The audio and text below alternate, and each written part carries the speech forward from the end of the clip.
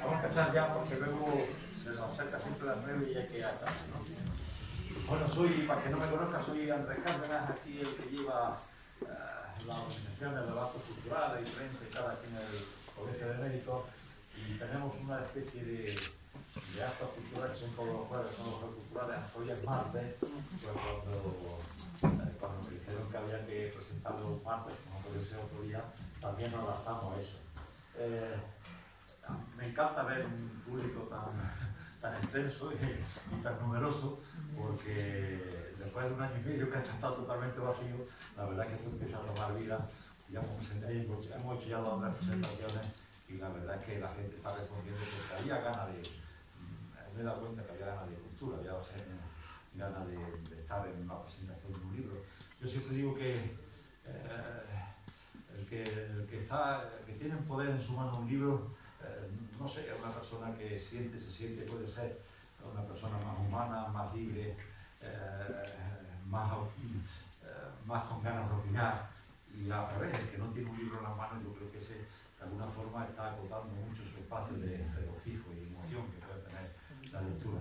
Así que cuando Chema me dijo y Piedad que quería presentar un libro aquí, yo le dije encantado, y la prueba está en que estoy encantado precisamente de estar aquí con ustedes. Ya está, buenas tardes, yo en nombre del Colegio Médico les doy bienvenida y les paso que sean ellos los protagonistas del teatro. Muchas gracias.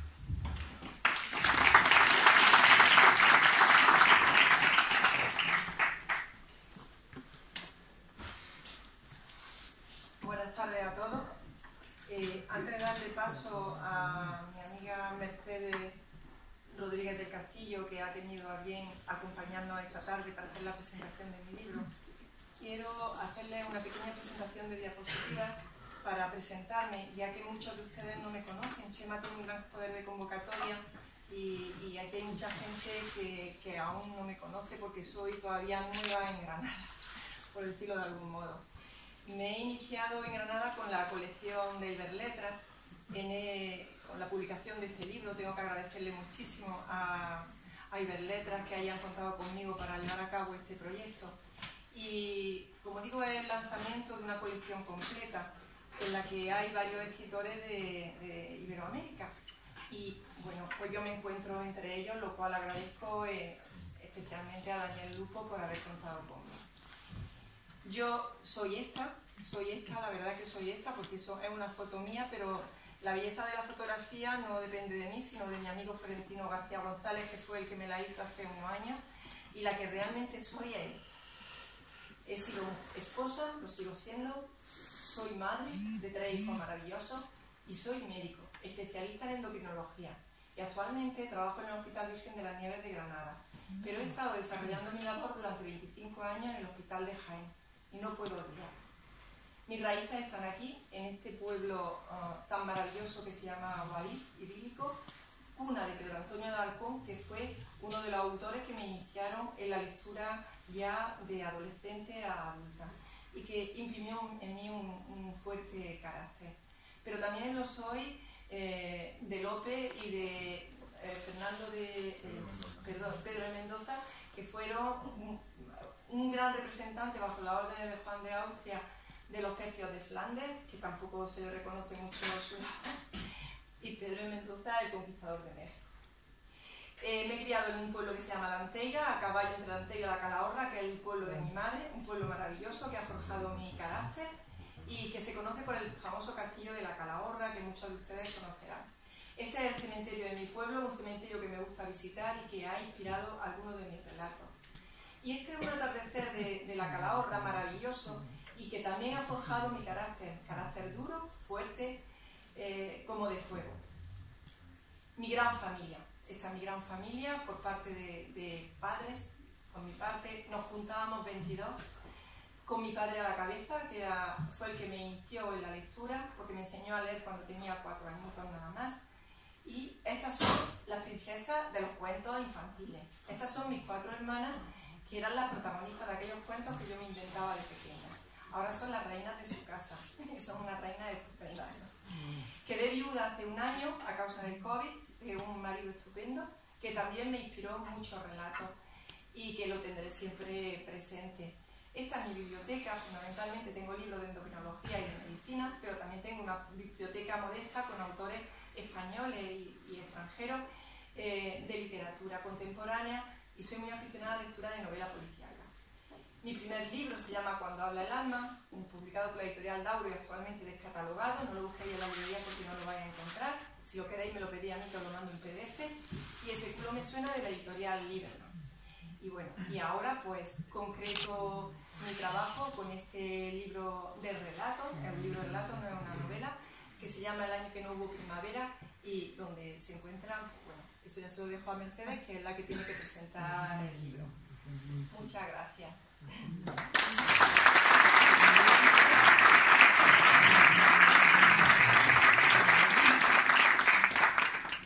Bueno, yo quiero agradecer a Piedad que me dé la oportunidad de presentar su maravilloso libro.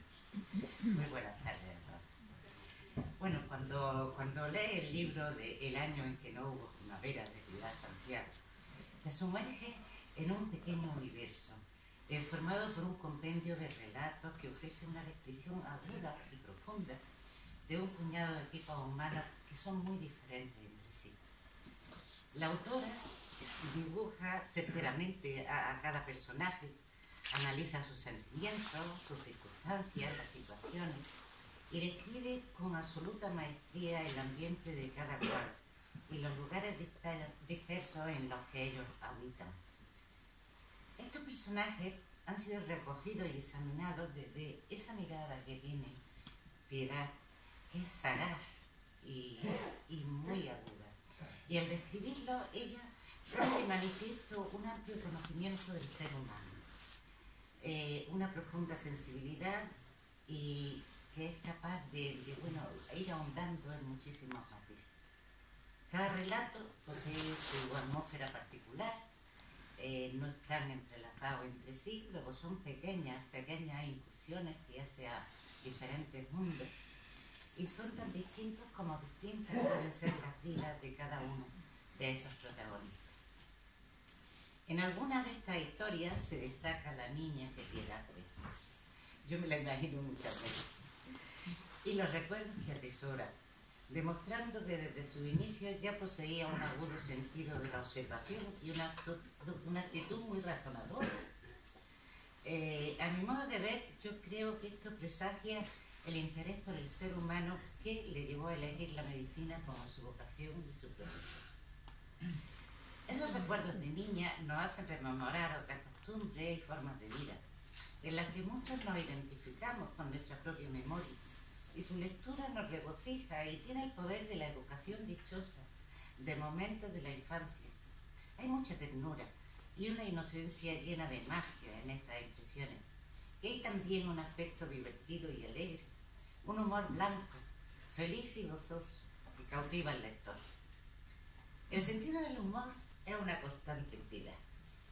Se repite en varios capítulos de este libro, y en ocasiones está mezclado de ternura, como por ejemplo el de la perilla colorada.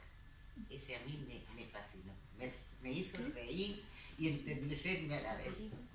Bueno, es tierno y lleno de chispas, deliciosamente ocurrente la visión de un pequeño mundo a través de una niña lista y observadora. También bondadosa, ya que desea ayudar en su entorno. Otras veces el humor se torna hilarante. El episodio del cura, bueno, ese a mí me desternillaba, ¿no? Porque presenta momentos en que el lector no puede contener la carcajada y nos provoca tal regocijo que desearíamos que el relato no llegara a su fin. Conocemos esta capacidad de humor de Piedad, también demostrada en otras obras suyas, para provocar en quien la lee esa risa cómplice que contagia alegría y alborozo. Este libro recoge, sin embargo, multitud de facetas de la conducta de los seres humanos y hace que se convierta en una obra múltiple y diversa, llena de aspectos y matices. Quiero referirme, por ejemplo, a las entradas primeras. En ella se realiza una magnífica descripción de la sensualidad y se relata con tal amplitud de aspectos que es capaz de transmitir al lector todo un mundo de sensaciones. Otro de los principales... ¿Perdón? ¿No se oye bien? Sí. temas que este libro trata es el amor. A este respecto, este sentimiento se dibuja como un auténtico caleidoscopio, porque está abordado desde visiones diferentes, formas de entenderlo tan distintas como lo son cada uno de los personajes que lo viven. Hay narraciones en que el amor se describe en su faceta más dramática. Para algunos es la pasión incontenible que anula la voluntad del protagonista y lo lleva irremediablemente a un destino fatal. En otras, el amor malogrado conduce al desengaño y la tristeza, la desolación y el remordimiento. Piedad evidencia su gran capacidad para hacernos observar cómo actúa el desamor y el despecho, la decepción o la traición. Algunas de estas relaciones amorosas son complicadas y trágicas, donde la sospecha, la deslealtad, la duda pueden desembocar en furiosos deseos de venganza y expone de manera excelente la cruel herida de la infidelidad.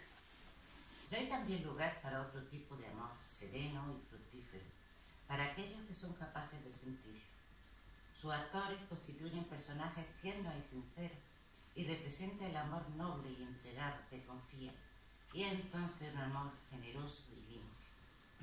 Otro aspecto que recoge es el deseo tan humano como eterno de una nueva oportunidad, el afán de volver a vivir, de renacer, de recuperar el tiempo desperdiciado, el sentimiento de que la juventud que se escapa y del deseo de sujetarla, así como la sorpresa representada en un amor que no se esperaba. Piedad, al tratar este sentimiento, realiza también una incursión en el género epistolar, donde quedan bien definidas en las cartas que se intercambian los antiguos amantes todo un cúmulo de sentimientos lacerantes, el reproche del desamor, junto a la hipocresía, el cinismo y la ausencia de escrúpulos. Pero se sigue incluyendo otros aspectos que marcan la vida de las personas, y ahora quisiera destacar la inclusión de un lugar para la compasión, la ternura y la delicadeza. Y estoy aludiendo a la hermosa y triste historia del bello muchacho que se sentía mujer y había de soportar la crueldad y la saciedad de su ambiente. Pero no se nos escapa que Piedad, en todas estas descripciones negativas, hace que subyacta una crítica a muchas actitudes dañinas actuales. Pero también existe, sin embargo, en el año en que no hubo primavera, un territorio para la esperanza, tal como sucede en el capítulo de la hija cuidadora que renuncia a la propia vida en un ejercicio de abnegación y que al final concluye felizmente. Y de tanto en tanto se produce la vuelta al mágico mundo de la infancia que Piedad parece haber conservado intacto. Y así sucede en otra parte del libro, donde se narra la infinita ternura suscitada ante la desgracia y la fe inocente de la infancia. El capítulo del Ruiseñor es una bella alegoría que transcurre en una parte del mundo real del autor en el ejercicio de su profesión. Y tratándose de un libro tan complejo, no es de extrañar que también exista en él un lugar para el relato de literatura negra. La obra se cierra con un momento de profunda emoción, donde se alude a algunos de los afectos más hermosos y entrañables que puede gozar un ser humano. Algunos párrafos son tan conmovedores que el lector se ve inundado por su ternura. En resumen, el año en que no hubo primavera podría describirse como una luminosa constelación que reúne un sinfín de facetas que afectan a las vidas y a los sentimientos de los seres humanos, narrado con maestría, agilidad y cargado de matices, que cautiva porque, entre otras capacidades de su autora, demuestra que nada de lo humano le es ajeno. Gracias, Piedad.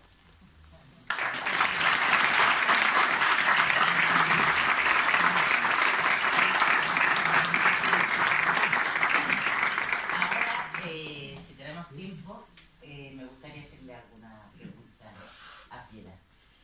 Piedad, ¿por qué el título del año en que no hubo primavera? Bueno, el título obedece, pues todos los que estáis aquí lo saben. El año 2020 no tuvo primavera. El año 2020 acaba el 12 de marzo aproximadamente, ¿no? y nos encierra en nuestra casa con aquellas imágenes de almendros en flor que no pudimos disfrutar. Y luego vuelve a empezar otra vez en mayo, y ya había pasado la primavera. Y para mí había pasado definitivamente, porque durante ese tiempo me rompí un brazo, el húmero, en el día 20 y tantos de marzo, no quiero ni acordarme. Mi padre fallece el día 3 de mayo, y poco tiempo después pues, mi marido enferma de COVID, como ya sabéis. Por lo cual, para mí ese año no tuvo primavera, bueno, ni primavera, ni verano, ni otoño, si me apura. Pero empecé a recopilar los relatos justo cuando mi padre estaba muy malito, y como yo estaba con el brazo roto no podía ir a trabajar, pero tuve tiempo de revisar los relatos y lo acabé de compilar cuando Tomás falleció, que escribí el último relato, que es como un cuento, que yo quería que fuera un cuento de Navidad. Por eso se llama así el título. Creo que estáis todos de acuerdo conmigo en que ese año fue un año sin primavera, sin gracia y sin luz. Sin duda alguna. Yo he observado que en tu libro, hay un tremendo conocimiento del ser humano, de la manera tan diferente que pueden reaccionar las personas ante distintas situaciones, y eso hace que se evidencie lo bien que conoce a los sentimientos y a las personas. Y yo me pregunto si tu profesión de médico te ayuda a haber atesorado ese conocimiento.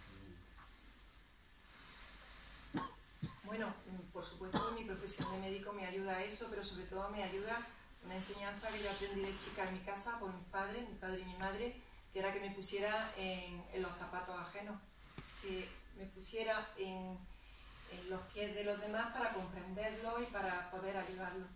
En mi familia hay un gran sentimiento de solidaridad que se ha ido, que viene de natural. Mi familia son buenas personas, en general. No tenemos la menor en general no sé si habrá algún capullo por ahí, pero desde luego no me acuerdo. Y entonces, no, de verdad es cierto, mis padres siempre nos han dicho que nos pongamos siempre en la piel de los demás. Y yo eso lo he ido haciendo desde pequeña, y desde que ejerzo como médico más todavía. Y muchas veces intento, cuando me salgo un poco de madre en esas consultas horribles, con pacientes que a veces no me gustan, porque a veces no nos gustan los pacientes, eso también es verdad, siempre hago como un clic en mi cerebro y digo, Piti, ¿te estás pasando? Haz el favor de ponerte en el lugar de esa persona que te está pidiendo ayuda. Y es verdad que eso me ha ayudado pues, a comprender la naturaleza humana. Y luego además es que soy muy observadora, como tú bien has dicho, y me gusta mirar a la gente y saber qué está pensando cada uno. Es cierto. Gracias. ¿Y cuándo empezaste a escribir? Bueno, yo empecé a escribir realmente muy chica, yo ya escribía mis cosas, mis cuentos, mi diario, tal. Luego de la época de la adolescencia yo escribía poesía, que le dedicaba una poesía a cada uno de los miembros de mi familia, de las cuales no quiero ni acordarme y no la pienso ni sacar. Eso se queda ahí para quizás las queme. Y luego ya en serio pues empecé a escribir hace muchos años, quizás por el 98, pero nunca me atreví a publicar. Solamente me atreví a publicar cuando mi marido pues leyó Cuando habla el alma y me dijo, esto me gustaría que lo publicaras porque es muy bonito. Pero yo realmente no recuerdo cuando empecé a escribir, pero creo, lo primero que escribí fue un diario que me regalaron cuando hice la primera comunión, con 7 años, y la verdad es que lo escribí completo, pero no recuerdo exactamente cuándo fue. Oye, y de niña tenía esa especial cualidad para el humor que tiene. Yo creo que era una niña graciosa. Posiblemente sí. Yo creo que era una niña graciosa. Yo creo que sí. Yo era además una niña pizquileta. Era atrevida, era díscola, era rebelde, traviesa. Y además mi madre me peinaba con unas trenzas, lo que calzas largas, primero con un flequillo por aquí, luego me quitó el flequillo. Sí, contaba chistes.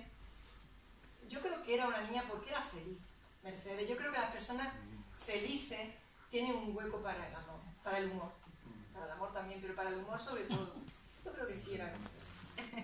Yo estoy segura que sí. Bueno, hay un libro en especial con el que tú te hayas identificado ¿Cuál es?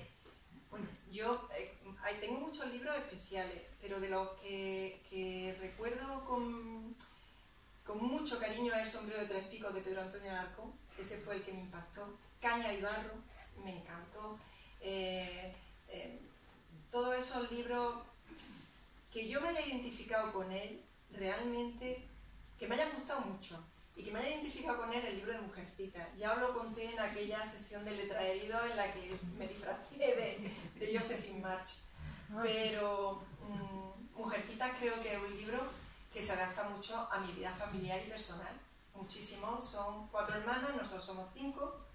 Una que escribe, yo. Pero bueno, también están las otras hermanas, que son las románticas, las enfermizas. Yo, gracias a Dios, no tengo ninguna hermana enferma. Y bueno, y me identifico mucho con ella porque ese sentimiento que subyace de bondad, de intentar hacer el bien y todo eso, es que en mi familia lo han inculcado. Y por eso yo creo que sí, que es el libro con el que más me puedo identificar. Bueno, ¿tú a quién crees que van dirigidos tus libros? Mis libros van dirigidos a todo el mundo porque son libros de sentimientos y de emociones. Los libros de serios, como por ejemplo Cuando habla el alma, a cualquiera. Cualquiera se puede identificar con ellos. Este libro a cualquiera, porque aquí vais a encontrar cuentos, relatos de humor, relatos de amor, relatos de nostalgia, relatos de tristeza, relatos de añoranza, relatos médicos, muchos médicos. Hay uno que se llama Óvulo y Nomeo, pero bueno, así, tal cual, porque fue una experiencia que yo sufrí una tarde de lunes en una consulta de obesidad, vamos, entonces ese es un relato que queda ahí candente. Hay todo lo que queráis, incluso, me atrevería a decir, no sé si Chema estará de acuerdo conmigo, que hay incluso algo de poesía. Poca poesía porque yo no soy poetisa, pero hay algo de poesía, por lo tanto van dedicados a cualquiera que se atreva a leérselo. Y Ese culo me suena, por ejemplo, es de risa absoluta y se va para cualquiera también. Es hilarante. Es hilarante, por eso. Yo me divertí con él y es que tanto que a veces cuando recuerdo algún episodio me vuelvo a reír. Es que de verdad Titi tiene Gerard tiene un don especial para crear situaciones que nos llevan a la risa y al divertimiento y a la alegría. Sí. Así es. Bueno, yo me pasaría toda la tarde charlando con Piedad, pero comprendo que también tenemos otro maravilloso libro al que hay que dedicarle el tiempo. Nuestro queridísimo Chema también le he traído de pro, pues va a presentar su libro y además lo va a hacer nada menos como el que fue mi profesor de literatura hispanoamericana, don Álvaro Salvador. Me estaba sonando. ¿Verdad? No fue muy hueso conmigo. Así que lo recuerdo con mucho cariño porque además me enseñó mucho. ¿Te acuerdas, Álvaro, de la María que nos hiciste leer? María, y bueno, cantidad de cosas, y gracias a eso... Menudo novelón. Menudo novelón, vaya. Bueno, yo siempre le agradeceré todo lo que me enseñó y le doy paso porque él va a hablar enseguida. Muchísimas gracias, profesor.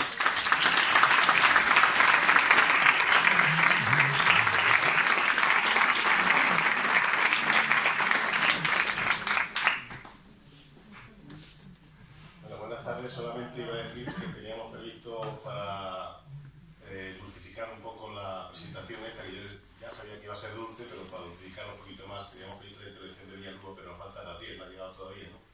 Viene, pero está de camino. Quiere decir que la intervención de ahora la vamos a pasar al final y los castigamos con dos al final, por lo menos. Solamente eso. Bueno, muchas gracias. Gracias por el recuerdo.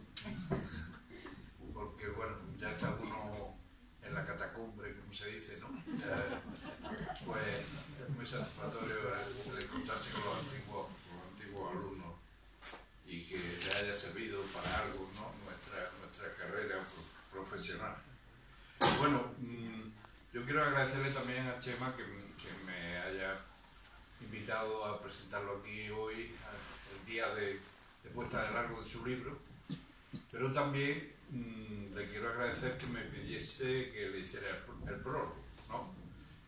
Esto, por una parte, es muy satisfactorio para uno, pero por otra también crea un problema en estos casos, porque claro, la primera tentación, sobre todo en quien se siente más bien perezoso, es leer el prólogo. Está ahí el prólogo. Pero bueno, me parece un poco, me parecería robarle algo al acto. Entonces lo que voy a hacer es glosarlo en la medida de lo posible y luego ustedes pues lo leen ya más detenidamente y más. Entonces, bueno, voy a dar algunos rasgos de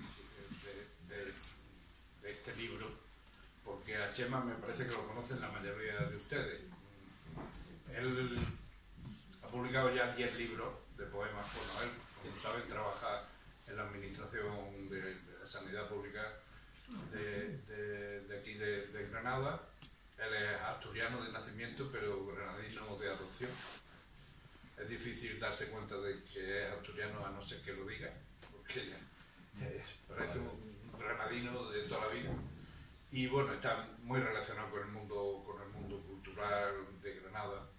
Ha publicado 10 libros de poemas, creo, que este es el 11, el 11º. Y bueno, pues, yo qué sé, yo puedo citar algunos de esos libros que me han interesado especialmente. Cuanto cabe en una mano, que publicó en el 2002 y que tuvo varias ediciones. Las postales de Estambul a Granada, de 2017. La nieve y las campanas, que publicó en 2019. Y sobre todo, el que a mí me interesó mucho antes de este último, que yo creo que es su mejor libro, fue el titulado Poemas de Leonard Scottrophinger, que era un libro también muy interesante, muy original y que estaba muy bien estructurado, muy bien planteado. Tanto, digamos, el personaje como los poemas que incluía ese libro. Bueno, yo comienzo este prólogo haciendo como una frase así, como muy taxativa, diciendo que José María Cottarello cree en la poesía. Bueno, ¿qué significa creer en la poesía? Hay distintas maneras de creer en la poesía, ¿no? Pero fundamentalmente significa creer en que la poesía es algo trascendente, algo preexistente, algo esencial, que de alguna manera, más que nosotros vayamos a ella, ella viene a nosotros, ¿no? Hay que hacer como una especie de esfuerzo de desvelamiento, un poco lo que decía Juan Ramón Jiménez, ¿no? Irla desnudando para ir sacando su pureza, su esencia. Y bueno, hay distintas teorías. No me voy a poner estupendo en el plan filosófico, ¿no? Porque no es el momento ni la hora, ¿no? Pero hay distintas teorías, ustedes saben, desde el idealismo a la fenomenología, etcétera, que defienden, digamos, esta idea de la poesía. La primera de ellas, y creo que es el fundamento, en cierto modo, de todas las demás, es la religión. Es decir, la religión que cree, digamos, en las esencias espirituales como algo trascendente y algo inmanente. Luego hay otras maneras de entender la poesía. Hay maneras que vienen de considerarla como algo artificial que se hace, pues como cualquier otro objeto de arte, ¿no? Artesanal incluso, que bueno, que también tiene distintas variantes, desde el formalismo, el empirismo, hasta el marxismo, por ejemplo, ¿no? Es decir, se entiende que la poesía es también un artificio artístico, algo que se crea, que el poeta crea a partir de unas condiciones, de unas circunstancias y de unos recursos. Entre las dos, digamos, o en relación con las dos hay algunos puntos de concomitancia. Es decir, por ejemplo, esa pregunta que tan famosa que se hizo Becker y que todo el mundo se sigue haciendo, ¿no? en la medida en que esté interesado por la poesía, por escribirla, por leerla o por entenderla, etc., pues sigue sin contestar, ¿no? Y es muy difícil que pueda tener una contestación alguna vez. Es decir, ¿qué es poesía? ¿No? Pues poesía eres tú, poesía soy yo, poesía es la naturaleza, aquello que... Es decir, hay algo que no nos explicamos. Es decir, que la ciencia no ha llegado a explicar. Es decir, ¿por qué una persona escribe poesía? ¿Por qué de pronto tiene esa necesidad? ¿Por qué tiene esa capacidad con las palabras, esa familiaridad, ese oído? Bueno, alguna vez a lo mejor la neurociencia nos explica cómo es ese proceso, ¿no? Hasta ahora no lo sabemos. Pero bueno, partiendo desde esa creencia que parte Chema de la poesía como algo inmanente, él, a lo largo de este libro, que se titula precisamente En algún lugar de las palabras, y me parece que el título es enormemente acertado. Él tenía dudas, y yo le dije, no, deja ese título. Cuando leí el libro entero, deja el título, porque en el título está el sentido del libro. Es decir, en algún lugar de las palabras está esa magia que llamamos poesía, ¿no? O sea, el título es enormemente significativo. Entonces él, a partir de esa idea, se va enfrentando con toda una serie de aspectos de la realidad mundana, cotidiana, y los trata como asuntos poéticos, ¿no? Entonces, bueno, pues en primer lugar se enfrenta con el tema de la derrota. ¿La derrota en qué sentido? Pues la derrota en el sentido de que significa una renuncia de todo lo material, de todo lo humano, y a partir de ahí uno puede comenzar ese camino de iniciación espiritual, ¿no? Después se enfrenta con las preguntas sin respuesta. Y esto es muy interesante porque decía ese poeta maravilloso que era César Vallejo, uno de los grandes poetas de nuestras letras. Yo diría que quizá uno, si no el más grande, uno de los dos o tres. Decía que la poesía precisamente daba respuestas en donde no habíamos hecho las preguntas. Es decir, que tenía hasta esa capacidad de responder a cuestiones que ni siquiera nosotros nos habíamos planteado antes, ¿no? Bueno, ese tema de las dudas, de las preguntas del ser humano con las que se está enfrentando continuamente es el que va desarrollando Chema a lo largo de otra serie de poemas. Estoy haciendo como una especie de recorrido, ¿no? Porque es un poco el recorrido que hago en el mismo programa. Después se enfrenta con el tema del espejo, pero el tema del espejo que es un poco el tema del doble del que hablaba y desarrollaba también Jorge Luis Borges. ¿A dónde nos lleva el tema del espejo? Pues nos lleva al Narciso. ¿Y el Narciso a dónde nos lleva? Pues nos lleva a la belleza, a la cuestión de la belleza, que es tan importante en el arte y por supuesto también en la poesía. Es decir, de qué manera la belleza es simplemente un reflejo del deseo que nosotros tenemos de ella, ¿no? En fin, después aborda, como es natural, cuestiones que son muy, muy humanas, como la necesidad del cambio, el cambio del ser humano, la necesidad del cambio del mundo, de la construcción del hombre nuevo, y por lo tanto ahí entra en distintos temas que tienen que ver con la condición humana. Habla de los miedos, y entre ellos del olvido, de lo negativo del olvido, y cómo el olvido puede subsanarse en contacto con la naturaleza, en la vuelta a la naturaleza, a lo natural. Y por supuesto ya finalmente el libro va entrando en temas que podemos calificar como más trascendentes todavía. En primer lugar, el tema del amor, es decir, el amor como misterio, el amor como comunicación, el amor como relación, el amor también como distancia, el amor como fracaso, pero sobre todo, y ya deriva desde ahí hacia el otro gran tema final, el amor como creación. El amor como creación. Y bueno, pues para terminar voy a hacer como al principio, voy a leer un párrafo final del prólogo que creo que encierra bien. Dice: no obstante, lo cierto es que se escoja el camino que se escoja, y hemos hablado de varios caminos, ¿no?, que él transita en el libro, hay un momento en el que una chispa salta en la emoción del poeta y en la emoción del lector. Una chispa que tiene más de mágica, de inexplicable, que cualquier otra cosa.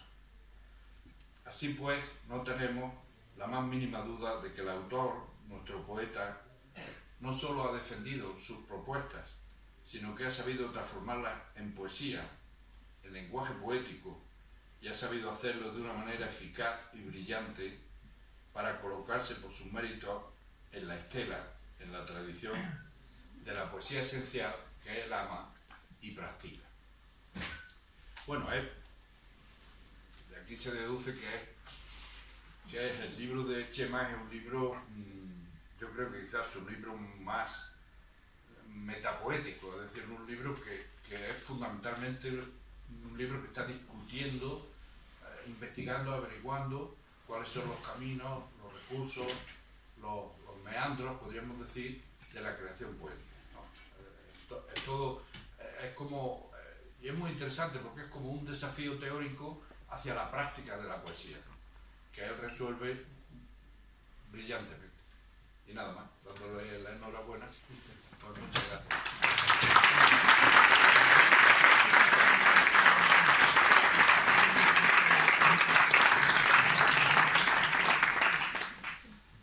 Muchas gracias. Lo bueno de la poesía, entre otras muchas cosas, es que cuando alguien lee tus versos, muchas veces descubres cosas que tú mismo no sabías. Es como un feedback, un camino de ida y vuelta. La respuesta sin pregunta. Claro, eso es. Luego aclararemos. Bueno, yo me voy a tirar un ratito agradeciendo, que vosotros lo vais a agradecer, porque así recito menos poemas, pero quiero agradecer a todos los que habéis venido aquí, evidentemente al Colegio de Médicos, a Andrés Cárdenas, que siempre está disponible para estas cosas, agradecer como no, a Álvaro Salvador, el magnífico prólogo. Yo alguna vez he pensado, valió la pena escribir el libro para que alguien hiciera un prólogo así. Es un lujo y un honor y una alegría para mí, que lo ha hecho con mucho cariño y con una profundidad pasmosa para mí. Yo escribo para hacer amigos, esencialmente, no para ganar dinero, pues esto no se gana dinero, que no sabéis todos los poetas, pero sí ganamos muchas amistades y la prueba estáis hoy aquí y me siento emocionado porque mucha gente que me quiere, a la que yo quiero, estáis aquí y para mí es simplemente eso justificaría ya este acto. A mi querido grupo de letraheridos, de las cuales tengo aquí dos muestras, somos tres en la mesa hoy, que coincidencia. Y bueno, también quería agradecer a algunas personas que me han ayudado antes de publicar el libro. Lo he repasado como 500 y pico veces, pero ha habido 3 o 4 personas que me han ayudado, me han leído, me han corregido cosas. Álvaro ha sido también una persona clave, muy especialmente Fernando Mesquida, mi amigo, querido amigo, que lo desguazó entero para recomponerlo y así casi se ha quedado como tú lo has hecho. Agradezco de corazón. Quería agradecerle a Chusa, a mi amiga Pilar, que lo leyó también con mucho cariño, a Maite, a mi hija María, que también lo leyó y me compartió algunas cositas. Y de luego a mi amigo Pedro Solán, que para su pesar no está hoy aquí, está en Argentina, el libro se edita allí, llevan ya algún tiempo publicándome allí, me tratan con mucho cariño, cuando voy me ponen buenos asados, buenos vinos, y es una cosa más que sobrada para mí.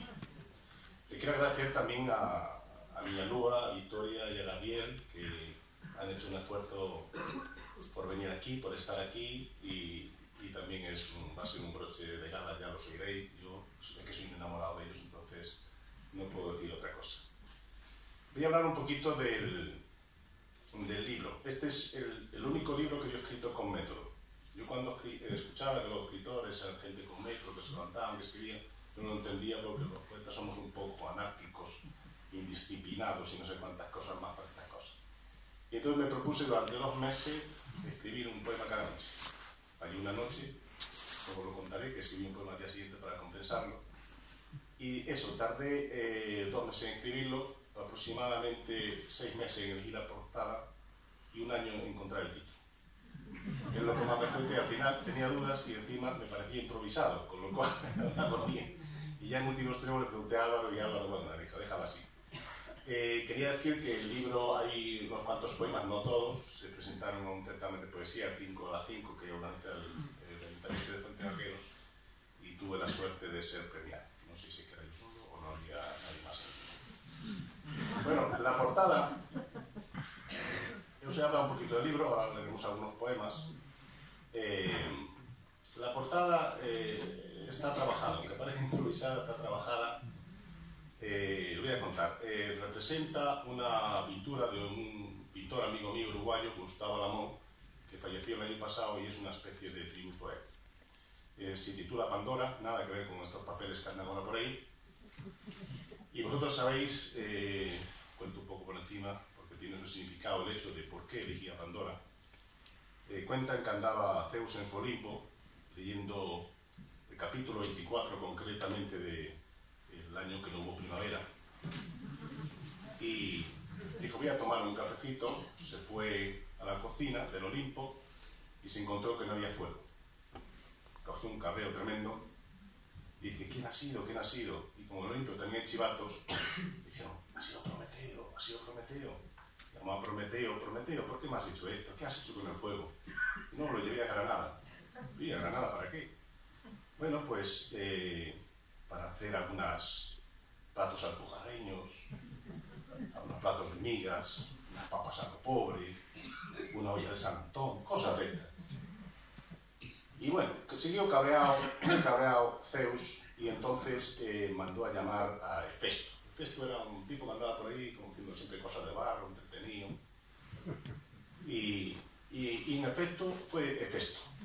Rápidamente le digo, Hefesto, mira, tú que estás por aquí, estoy muy cabreado con este tema, y vamos, tengo que inventar algo para castigar a los humanos, y entonces hazme una mujer bella, hermosa, que entre Afrodita y Atenea y unas cuantas diosas más, ya la dotaremos de algunas dotes, le daremos gracia, poder de seducción, curiosidad, nada que ver con la realidad, esto son cosas de los dioses.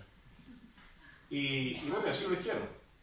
Y entonces Zeus, cuando ya mandó a Pandora a la Tierra, le hizo un regalo envenenado, que era una ánfora que luego se convirtió en una cajita con los románticos, donde venían contenidos todos los males.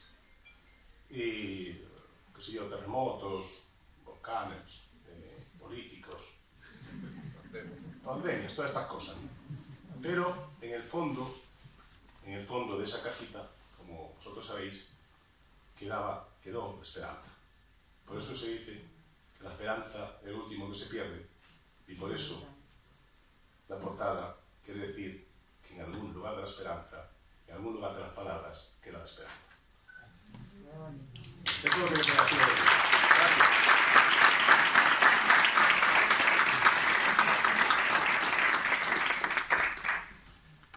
Bueno, antes de empezar con el libro, mañana, Piedad hablaba antes de la colección de las letras. Mañana tenéis una ocasión magnífica para los escritores y los que queráis publicar más allá de nuestros mares, en nuestro país hermano Argentina. En la Corrala de Santiago vamos a estar a las 7:30 presentando la colección completa de letras, aquí con el director editorial, Denis Lupo, venido de Argentina para el acto. Así que ya quedáis invitados. Yo os voy a hacer una advertencia al lector, el que pone el libro, que dice, no hallaréis si es callaréis en mis pobres alforjas la elevada palabra del poeta, la sutil llamarada del intelecto, ni siquiera la persuasiva musicalidad de un buen verso escrito a la luz de la luna. Muy al contrario, solo encontraréis, si hurgáis en el fondo de los vacíos bolsillos, unas pocas cáscaras, tal vez líricas, unas retorcidas virutas que ni siquiera son tales, sino las muchas dudas e interrogaciones que así se fueron configurando. Este es, amigas y amigos míos, mi pobre y ligero equipaje hecho solo de preguntas. Y yo lo decía que íbamos a leer porque se ofrecieron mis amigos Victoria Cruz, José Manuel Arias y María José Muñoz a acompañarme en este recital. María José, tú habías traído algo que me querías mostrar, no sé qué era. Dice, cuando me nombres yo te digo, así que una sorpresa para todos. Tengo que decir que me convocó para recitar un poema suyo del viejo escritor, y en el vídeo que montaron había una gramola preciosa que tiene en su casa, y a mí me encantó la gramola. Entonces,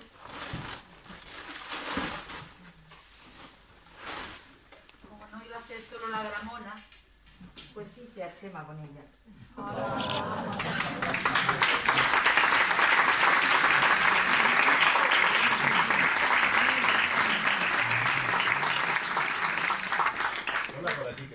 Sobre piedra, sobre mármol de Sierra Elvira, de nuestra tierra. Ahí está mi la noche.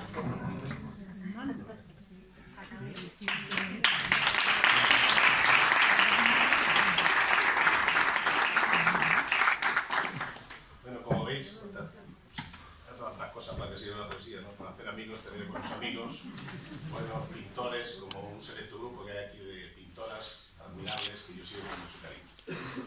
Y bueno, vamos a entrar ya porque no creo mucho. Una vez hecho la advertencia, voy a leer un poema, como no podía ser de otra manera, que le dedico a Álvaro Salvador por su creencia, amistad y por las palabras sobre estas poesías. El poema se titula Retrato en sepia. Del polvo vital de la existencia se fue haciendo mi espíritu. Le di forma con los años, afiné las perspectivas, repasé los gestos y los daños y acomodé los ojos al futuro. Hicieron el resto los días, el azar jugó sus bazas y fracasé en empresas y sucesos. Mas llegó el barro de las letras a salvarme, a forjar en la derrota mi ventura.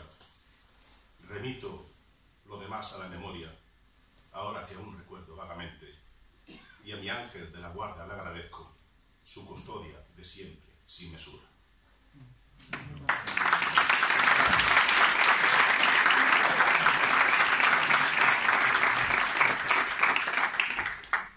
La maravillosa voz de Victoria Cruz, que luego escucharéis cantando, yo tenía mucha ganas de escucharla recitar un poema.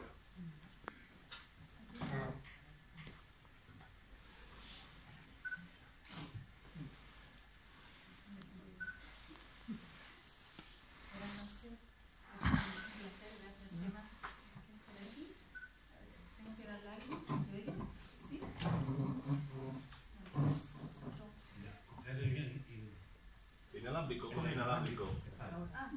Estaba el inalámbrico. Aquí, percebe, inalámbrico.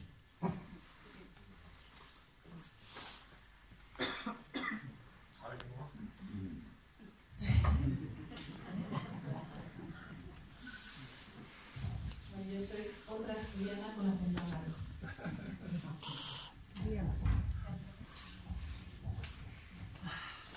Voy a leer un poema que se llama Cartas de amor. Es que yo soy cantante y no se repite. Lo voy a hacer con mucho cariño. Rompió las cartas de amor a la luz de la luna. Recompuso los deseos, afinó sus dudas. Dibujó una flecha en la sombra, abandonó los espejos y se dibujó nueva, cierta, con brío suficiente para no perderse en los abrazos ni en las premuras. Contacto bastante para no romper los cristales y bajar la música. Aquellas cartas de amor, legajo de tantos sueños y de tantas batallas perdidas.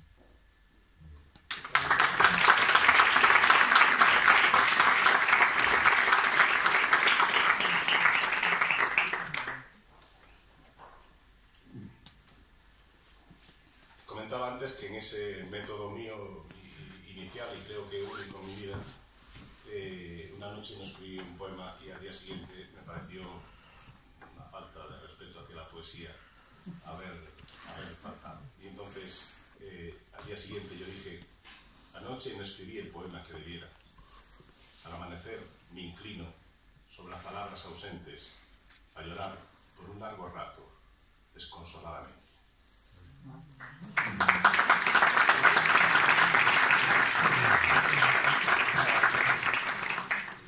A Fernando Mesquida Garrido con la admiración y gratitud debidas. Rebeldía. Sobrevivir a las doctrinas, a los dictados, a las normas fuera de todo arbitrio. Negarse a ir a favor de la corriente, rebelarse contra Dios y contra los hombres, enfrentarse al sistema y al poder que engendra. La propuesta de heroicidad del rebelde choca contra la razón del hombre mismo. La razón humana definitivamente no tiene arreglo ni solución. Es el problema. Es el problema.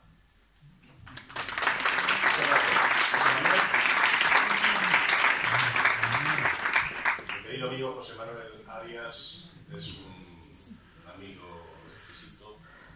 Él fue Lorca en mi obra El sueño de Federico, que se representó en el Teatro Isabelina Católica varias veces y en otros sitios, y él puso alma a Federico.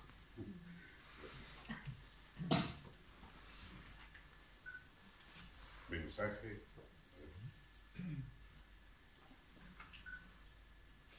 Mensaje en botella. Coger un barco medio hundido, ahora que el mar está picado, e ir en busca del radiante destino prometido. Mirar si en el alma aún supuran las últimas cicatrices, y si ya se curó, en parte, la melancolía. Ver si quedan motivos para aullarle al viento los días de luna menguante. Asomarse a la borda, con intenciones suicidas.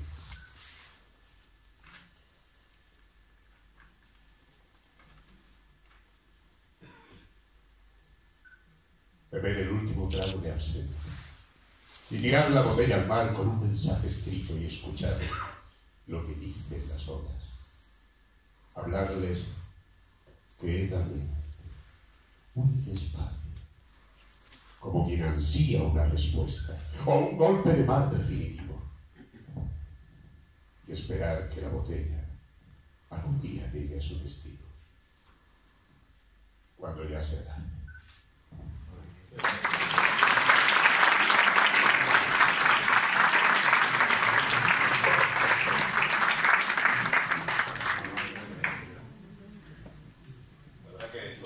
Leídos en otra voz no parecen siquiera tuyos, con lo cual es una doble alegría.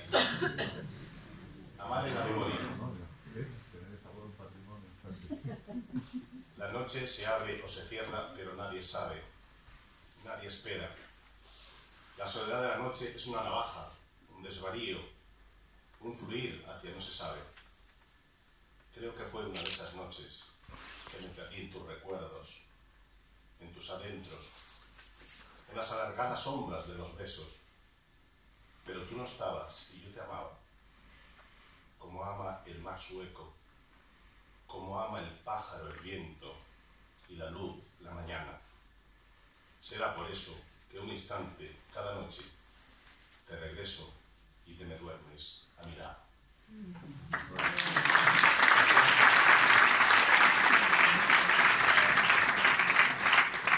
Bueno, estamos terminando ya.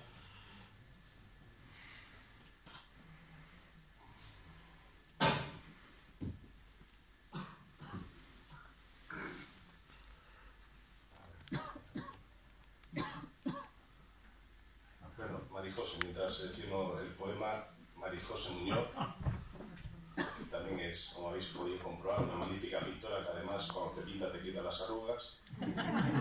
Digo, por si queréis hacer un encargo, está disponible.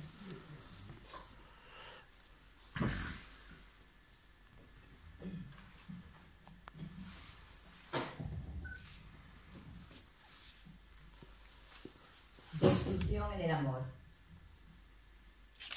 Como aquel náufrago que ama lo único que tiene y lo sostiene a pesar de las olas y de la corriente del agua.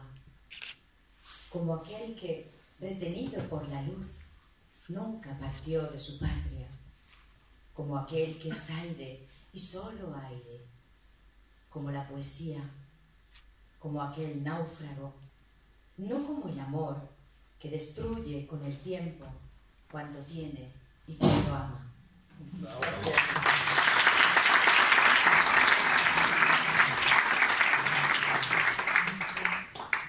Y bueno, para ir terminando y que os deleite Gabriel y Victoria con su música, cuando yo en algún momento tenía que terminar el libro, y digo, le tengo que dar final porque si no igual escribo aquí la Biblia, y escribí este poema para terminarlo. Me queda lo de quemarlo, pero eso será otro día. Sobre estas brasas ya ardidas reposa una sombra alargada, pero ya ida. Arrojo al fuego las últimas palabras, las últimas páginas escritas, y oigo su dolor, el crujir del papel, la derramada tinta, y veo elevarse algunas pavesas hacia un cielo inmemorial encendidas. Alzo de nuevo la invisible forma del ayer ido, lleno mi copa del amargo vino de la derrota y pienso en estos hijos míos, pasto de las llamas, fruto de mi dejadez, hechos ceniza. Descansen en paz. Fin del libro.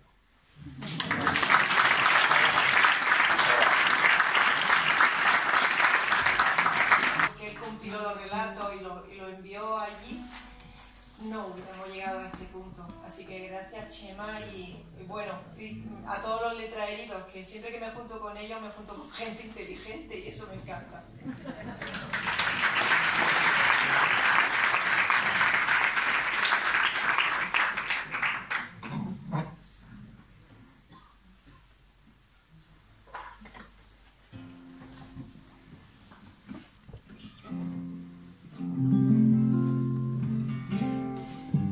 Sí, hola, no me he hecho prueba. Bien, ¿no? ¿Se oye bien por ahí detrás? Sí.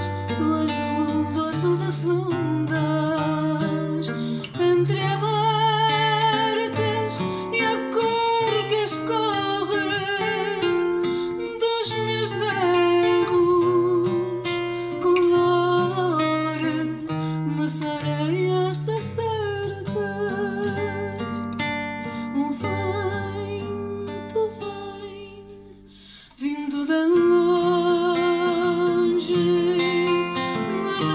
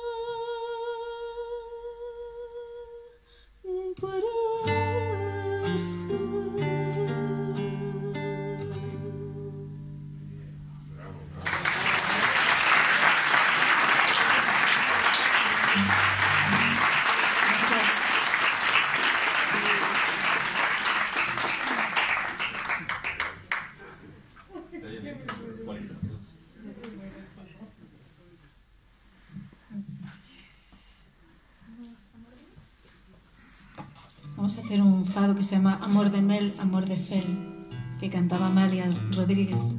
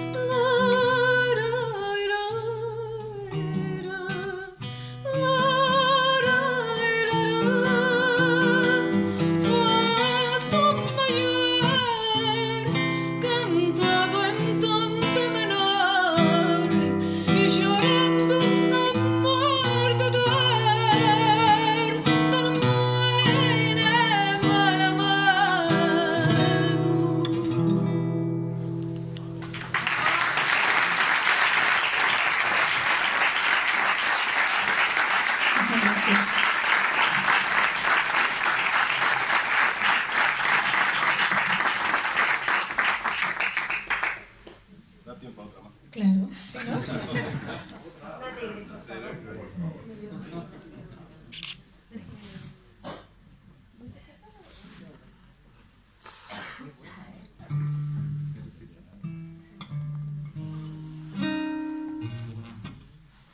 Ando perdida, sola en la vida.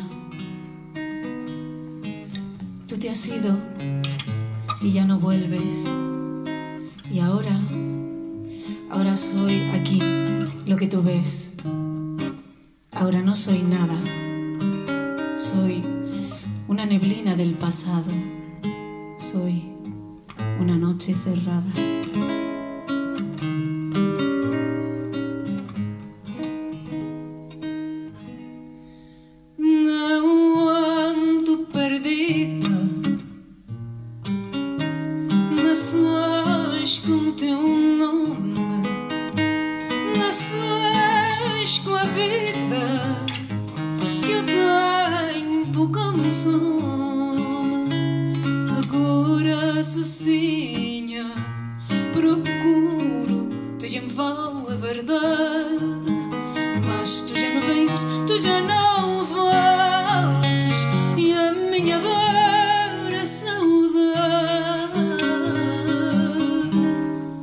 Tua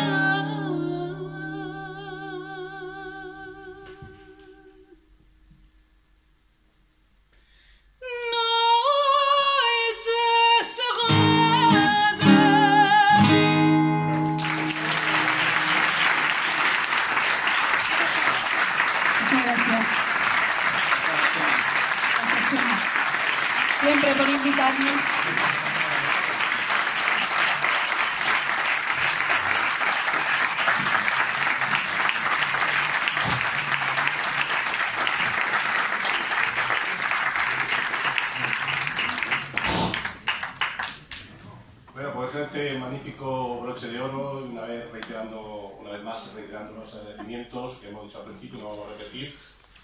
Aparte de comprar nuestros libros, debéis de comprar algún disco de Mielúa porque son absolutamente maravillosos. No lo hemos traído hoy para que no nos haga la competencia porque nos hubiera fastidiado. Pero cualquier día y en algunos sitios, y seguirlos porque es una delicia escucharlos y verlos en directo. Muchas gracias a todos, sois un encanto, vale la pena escribir para tener amigos como vosotros.